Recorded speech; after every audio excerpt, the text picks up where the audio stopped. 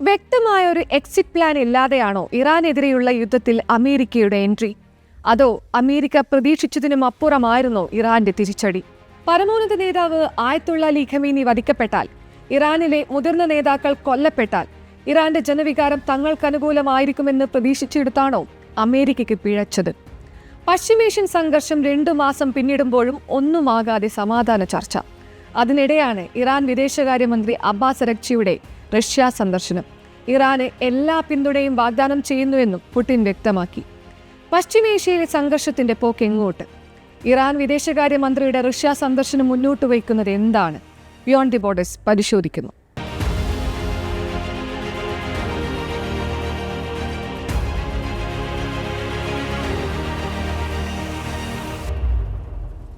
ഫെബ്രുവരി 28 ആരംഭിച്ച യുദ്ധം. പശ്ചിമേഷ്യയിൽ ഇതുവരെ സംഘർഷം അയഞ്ഞിട്ടില്ല. ഹോർമുസ് കടലിടുക്കും കലുഷിതം തന്നെ. ഏപ്രിൽ 8 ഒന്നാം ഘട്ട താൽക്കാലിക വെടിനിർത്തൽ കരാർ നിലവിൽ വന്നത്. ഏപ്രിൽ 22 കാലാവധി പൂർത്തിയായതിനു പിന്നാലെ വെടിനിർത്തൽ കരാർ ട്രംപ് വീണ്ടും നീട്ടി. യുദ്ധസമാന സാഹചര്യങ്ങൾ അവസാനിച്ചെങ്കിലും മേഖലയിൽ സംഘർഷം തുടരുകയാണ്. അതിനിടെ സമാധാന ചർച്ചകൾ നടന്നെങ്കിലും പരാജയപ്പെട്ടു. അതിനിടെ ഹോർമുസ് കടലിടുക്കിൽ ഉടക്കിയ ചർച്ചകൾക്ക് പുതിയ സാധ്യതകൾ തുറക്കുകയാണ് ഇറാൻ. ഹോർമുസ് തുറക്കാൻ ഇറാൻ തയ്യാറാണ്. പക്ഷേ ഇറാൻ മുന്നോട്ട് വയ്ക്കുന്ന 3 നിബന്ധനകൾ അംഗീകരിക്കണം.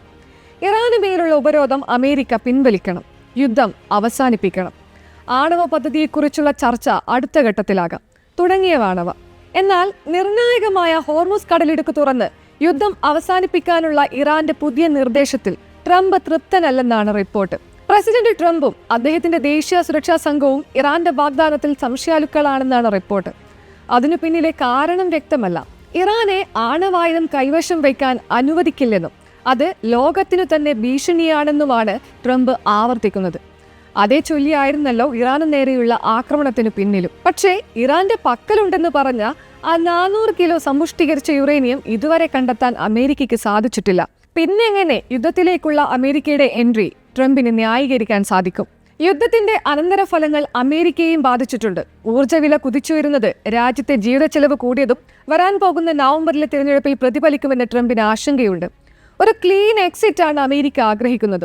എന്നാൽ ആണവ പദ്ധതിയെ സംബന്ധിച്ച ചർച്ച താൽക്കാലികമായിട്ടാണെങ്കിലും നിർത്തലാക്കാനുള്ള തീരുമാനം തങ്ങളുടെ ലക്ഷ്യം കൈവരിക്കുന്നതിൽ പരാജയപ്പെട്ടു എന്ന സൂചനയായി കാണാം. അതുകൊണ്ട് തന്നെ അമേരിക്ക ഒരു യെസ് പറയാൻ സാധ്യത കുറവാണെന്നാണ് നിരീക്ഷകർ പറയുന്നത്. ഇതിനിടെയാണ് ഇറാൻ വിദേശകാര്യമന്ത്രി അബ്ബാസ് അരഗ്ചി സെന്റ് പീറ്റേഴ്സ്ബർഗിൽ റഷ്യൻ പ്രസിഡന്റ് വ്ളാഡിമിർ പുടിനുമായി കൂടിക്കാഴ്ച നടത്തിയത്. ഇറാനിൽ സമാധാനം പുനഃസ്ഥാപിക്കപ്പെടുമെന്ന് പറഞ്ഞ പുടിൻ പരമോന്നത നേതാവിന്റെ നേതൃത്വത്തിന് കീഴിൽ അത് സാധ്യമെന്നും പറഞ്ഞു. ഒപ്പം പശ്ചിമേഷ്യയിൽ സമാധാനം പുനഃസ്ഥാപിക്കാൻ റഷ്യ സാധ്യമായതെല്ലാം ചെയ്യുമെന്നും ഉറപ്പു നൽകി. പശ്ചിമേഷ്യൻ സംഘർഷത്തിൽ റഷ്യയുടെ ഇടപെടൽ വരുന്നതോടെ അമേരിക്കയെ സംബന്ധിച്ചിടത്തോളം അത് അത്ര നല്ല നീക്കമല്ല.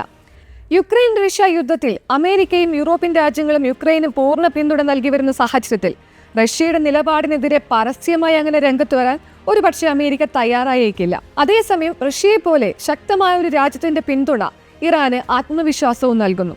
എന്തായിരിക്കും ട്രംപിന്റെ അടുത്ത നീക്കം? ഇറാൻ മുന്നോട്ട് വെച്ച നിബന്ധനകളോട് അമേരിക്കൻ നിലപാട് എന്തെന്ന് വൈകാതെ അറിയാം.